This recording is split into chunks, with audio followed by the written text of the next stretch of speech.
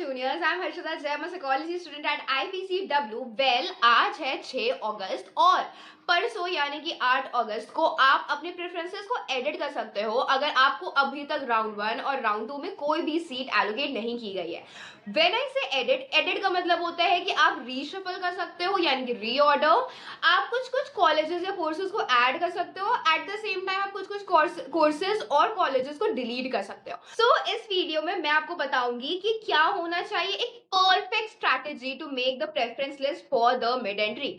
सबसे पहली बात मैं आपको ये बता दे रही हूँ कि ये वीडियो सिर्फ उन्हीं बच्चों के लिए है जिन्हें अभी तक कोई सीट एलोकेट नहीं की गई है, उनके पास कोई बैकअप ऑप्शन नहीं है या फिर वो दिल्ली यूनिवर्सिटी में ही पढ़ना चाहते हैं, यानी कि अगर उन्हें कोई भी कॉलेज कोई भी कोर्स मिल जाए, दे वांट इज कि एट द एंड उनके पास दिल्ली यूनिवर्सिटी का टैग हो या फिर एट द प्रेजेंट मोमेंट उनके पास और कोई भी प्राइवेट कॉलेज या may be BHU AU BBAU जैसे यूनिवर्सिटीज का बैकअप ऑप्शन रेडी नहीं है। सो ये वीडियो सिर्फ उन्हीं बच्चों के लिए है। सबसे पहले मैं आपको बता दे रही हूँ कि कुछ गलतियां हैं जो आपको अवॉइड करनी है, जैसे कि सबसे पहली गलती is filling only the minimum preferences. See round 1 के टाइम पे बच्चों ने क्या किया था कि उनका स्कोर 800 आया था, 700 आया था। This score is no doubt बहुत अच्छा, but the thing is Delhi university में जनरल कैटेगरी के बच्चों का कट ऑफ काफी हाई जाता है। So even if you are scoring like 700 ना, आपको बीकॉम मिलना थोड़ा सा मुश्किल है। मतलब मेरे बहुत सारे स्टूडेंट्स हैं जिन्होंने 750 790 स्कोर किया है एंड उन्हें ऑफ कैंपस का कॉलेज मिला है। सो लाइक आपको कोर्स तो जरूर मिल जाएगा लेकिन उतने अच्छे कॉलेज में जितना आप एक्सपेक्ट कर रहे हो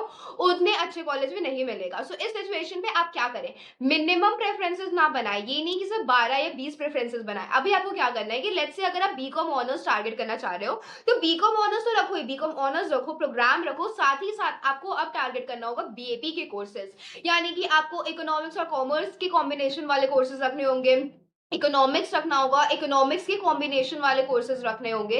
इस टाइप से अब आपको थोड़े से BAP की तरफ यानी कि प्रोग्राम कोर्स के तरफ पे आगे बढ़ना होगा। दूसरी चीज जो मैं आपको बता दूं इस अभी कुछ दिनों में आपके वेकेंट सीट्स का PDF भी आउट हो जाएगा, मतलब आफ्टर द अपग्रेडेशन राउंड अभी और कितने सीट्स वेकेंट है जिसमें आपके चांसेस बन रहे हैं वो आपको पता चल जाएगा। बच्चे अब क्या करेंगे कि लेट्स से शामलाल में 22 सीट्स खाली है फॉर द जनरल कैटेगरी या मे बी 9 सीट्स खाली है, बच्चे क्या करेंगे शामलाल को टॉप में डाल देंगे। ये बिल्कुल नहीं करना है। आप अपना प्रेफरेंस लिस्ट ना नॉर्मली ही बनाए, मतलब टॉप कॉलेजेस को पहले रखिए, फिर मीडियोकर कॉलेजेस को एंड देन फिर बैकअप कॉलेजेस को। सी कट ऑफ ना कुछ ऐसे जाते हैं, लाइक लेट्स से कि ऐसा, वैसे तो SRCC में अभी सीट्स नहीं बाकी होंगे, बट लेट्स से कि SRCC का कट ऑफ इज 900 तो ना, और आपका स्कोर है 700, तो सबसे पहले आपकी लिस्ट में वो देखेगा कि ठीक है first is SRCC, cut off जा रहा था 900, आपका स्कोर है 700, यानी कि आप नहीं सेलेक्ट हुए, उधर से हट जाएगा।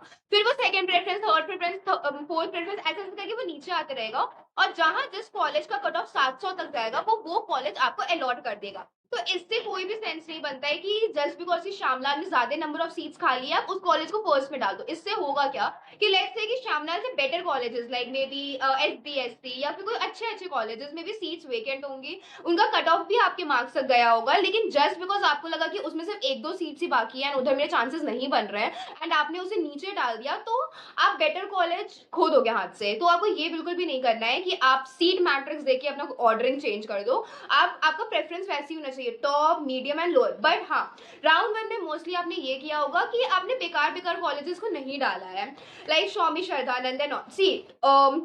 अगर मैं पर्सनली आपको बताऊं तो मैं तो कभी भी आपको नहीं सजेस्ट करूंगी कि आप स्वामी श्रद्धानंद, मैत्री या भगिनी निवेदिता, अदिति महाविद्यालय जैसे कॉलेजेस में पढ़ो। But if you are a student जिनके पास अभी कोई भी बैकअप ऑप्शन नहीं है, आपने कोई भी यूनिवर्सिटीज में अप्लाई नहीं किया है, तो एक साल लाइक प्योर ड्रॉप लेने से बेटर है कि आप इन सारे कॉलेजेस में पढ़ लो। उसके बाद फिर आप इधर आके डिसाइड कर लेना कि अब आपको आगे क्या करना है, बिकॉज माइग्रेशन जैसी चीजें भी होती है दिल्ली यूनिवर्सिटी में। तो अगर आपका परफॉर्मेंस अच्छा रहा तो आप माइग्रेशन भी ले सकते हो। वो बात अलग है कि इसका प्रोसेस काफी डिफिकल्ट होता है। So that was it for this video. आपको 3 बातें की बात को एकदम ध्यान से रखना है। पहला कि मिनिमम नंबर ऑफ प्रेफरेंसेस नहीं बनाने, बहुत प्रेफरेंसेस बनाने हैं। दूसरा कि सिर्फ ऑनर्स कोर्स को नहीं टारगेट करना है, प्रोग्राम कोर्स और BAP की तरफ भी जाना है। एंड तीसरा कि आपको सीट मैट्रिक्स देखिए अपने प्रेफरेंसेस को रीऑर्डर करने की जरूरत नहीं है। टॉप कॉलेज हमेशा टॉप में रहेगा, मीडियम कॉलेज मीडियम और लोअर कॉलेज हमेशा लोअर में। इसके अलावा अगर आपको स्टिल कोई कंफ्यूजन है प्रेफरेंस लिस्ट से तो आप हमारा मेंटरशिप सेशन बुक कर सकते हो।